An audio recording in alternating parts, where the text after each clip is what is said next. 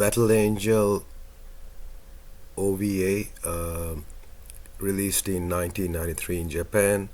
It's two videos, direct to videos. OVA means original video animation. Usually these videos are released directly to video. So those in the days of VHS, they these type of releases were done straight to VHS, and people would be able to look at view those videos through the video rental or through by purchasing the VHS tapes those days. So OVA usually means there's no movie release, there's no cinema release. It's direct to VHS or direct to video. And so there's actually, with the Battle Angel OVA, there's actually 2 episodes. It is actually, as I mentioned, it was released in 1993. There were 2 releases, each lasting up to 30 minutes to OVA. So you can watch both of those episodes. It's like, together, if you watch both of them, it's like a movie. It's based on the Battle Angel Alita manga series or comic series by Yukito, Kishiro, and the actual anime itself was directed by Hiroshi Fukutomi,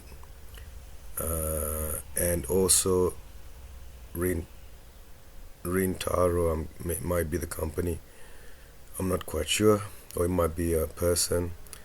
So it's actually 4 companies involved in the production: KSS, Movik, Animate, and Madhouse. Madhouse is a company I've heard of. So these are all Japanese companies. So it's basically it's about this. There's a few characters, central characters in the OVA. Dr. Ido, he is the person who finds the body of Battle Angel in a scrapyard. So basically, it's set in the future, and people of this town or this city, they're living below and above them in the sky. It is this other city that is hanging in the air, suspended in the air, and so that's it's called Zalem. Apparently you have to be quite well off or privileged to live there. Not everyone is able to live there. People who can't live in Zalem, they live on the ground in this town where Dr. Ido is. So one day he's going through the scrapyard and he finds a cyborg body, a female cyborg body of a little girl, or I should say young girl. So he takes the body back to his shop, and he is able to revive the body and modify it and fix it up so that the Battle Angel is able to be revived. So the body is of the Battle Angel, or Battle Angel Alita. It's this series is also called known as GUNNM in Japan. So that's another name it's known as. So there's where they cut. I mean, there's a few characters. There's Hugo, who is Battle Alita. I'll just say Alita just to make it easier. Alita's love interest is Hugo, who is a young boy around her age. There's Dr. Ido who rescues her. Dr. Ido's love interest or former partner, Sharon, and a few other characters as well. There are themes covered such as the cyberpunk theme, as well as crime. Like how people are criminals prey on innocent victims for their body parts. In terms of cyber body parts and other body parts. So those type of themes are covered. There's also there's no law enforcement there anymore. So there's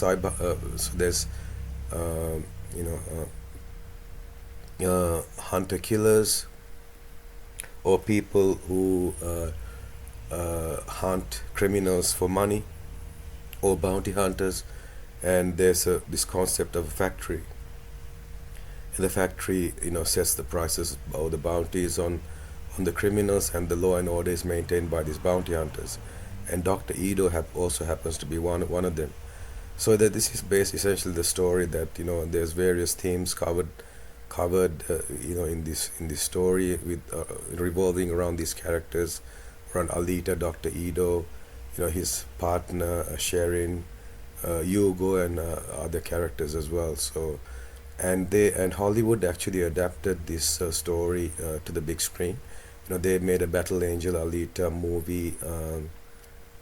I think sometime in the 2000 and 2000 between 2010 and 2020, sometime in that time period.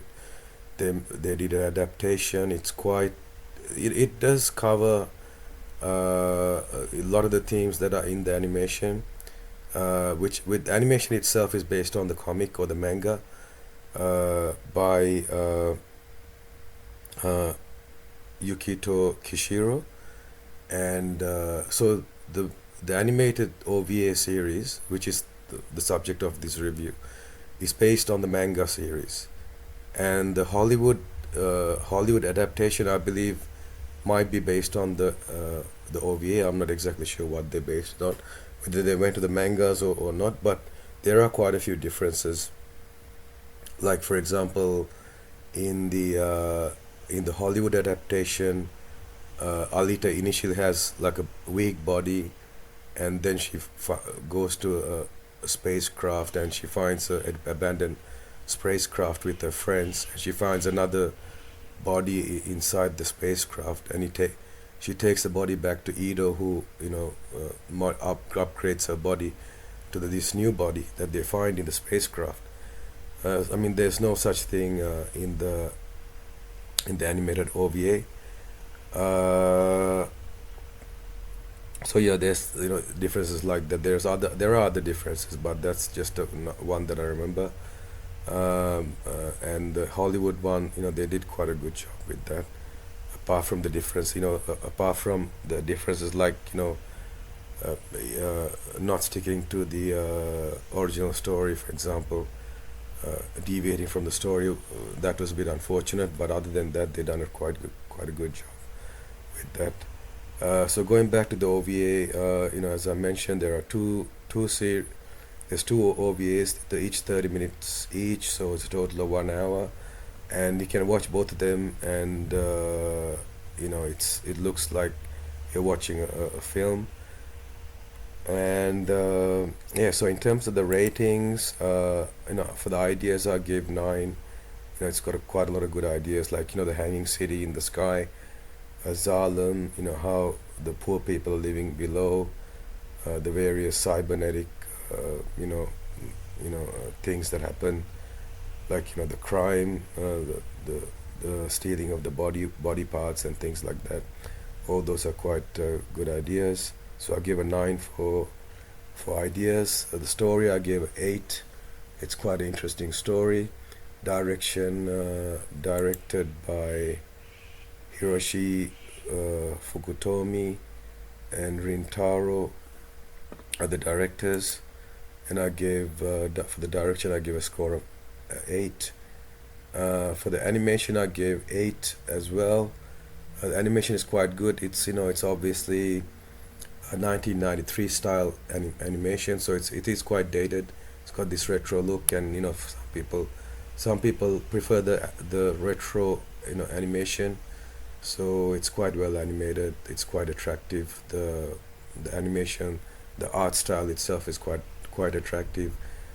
With Alita having quite big eyes, it's kind of like the 80s style characteristic with those big eyes.